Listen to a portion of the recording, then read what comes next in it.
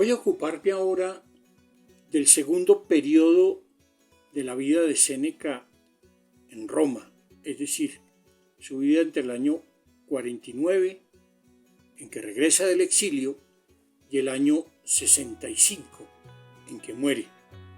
Todo ese periodo se da en Roma y coincide, digamos, con Séneca en el poder. Esos 16 años, entre el 49 y el 65, son los años en que Séneca está mucho más vinculado al poder imperial. Primero como preceptor de Nerón, luego como gobernante o cogobernante y finalmente como conspirador, por lo menos conspirador desde la perspectiva del emperador Nerón. En los primeros años, Séneca cuenta con todo el apoyo y con toda la protección de Agripina, la esposa de Claudio y la mamá de Nerón, que lo considera y que lo valora muchísimo como intelectual, como el intelectual por excelencia que hay en Roma. Ella quería para su hijo, que va a ser emperador, que tuviera el mejor preceptor. Y cuando buscó un mejor preceptor, sin duda, ese creía ella, era Séneca. Eso es lo que sucede más o menos entre el año 49 y el año 54. Pero en el año 54 las cosas cambian, porque muere Claudio.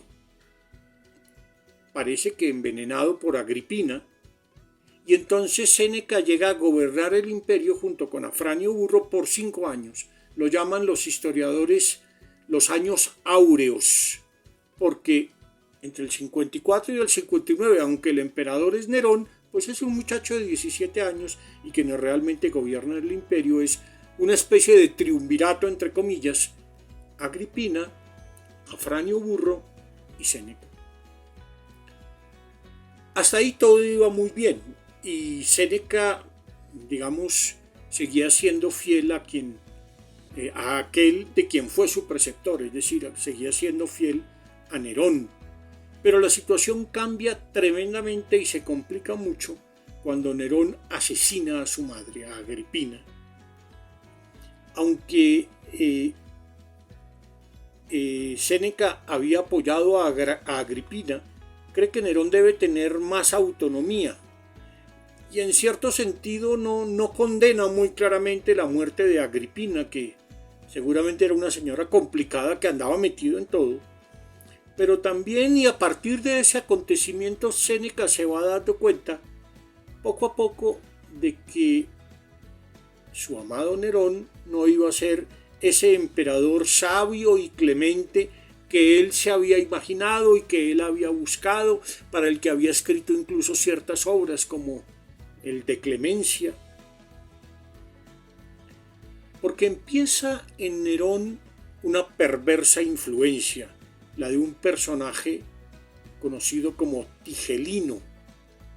Y Séneca ve que las cosas no van bien e intenta retirarse de la vida política. Sin embargo, Nerón no se lo permite. Algo más, no solo Nerón no se lo permite, sino que poco a poco Séneca se empieza a volver sospechoso para el propio Nerón. Y finalmente, cuando en el año 65 se da la conjuración de Pisón, ahí se enreda todo el mundo. Ahí enredan a todos y ahí enredan a Séneca, de quien Nerón ya desconfiaba desde antes. Y entonces se le ordena acabar con su hija. Estamos en los años 59 a 65, en donde Séneca ha llegado a su máximo esplendor, pero también ha iniciado su decadencia. En esta época, él cada vez es menos un funcionario del imperio y cada vez lleva una vida más retirada como intelectual. Es la época, sí, de decadencia política, pero sin duda de gran esplendor intelectual de Séneca. Séneca no solo había estado en la cumbre misma del poder, donde no solo influía, sino que tomaba decisiones políticas. Sin embargo, ahora va a llevar una vida mucho más retirada y se va a dedicar sobre todo a la escritura de sus grandes obras. Muchos de sus diálogos se escribieron en esta época También por esta época se calcula que entre el año 62 y el año 65 escribió las cartas a Lucilio.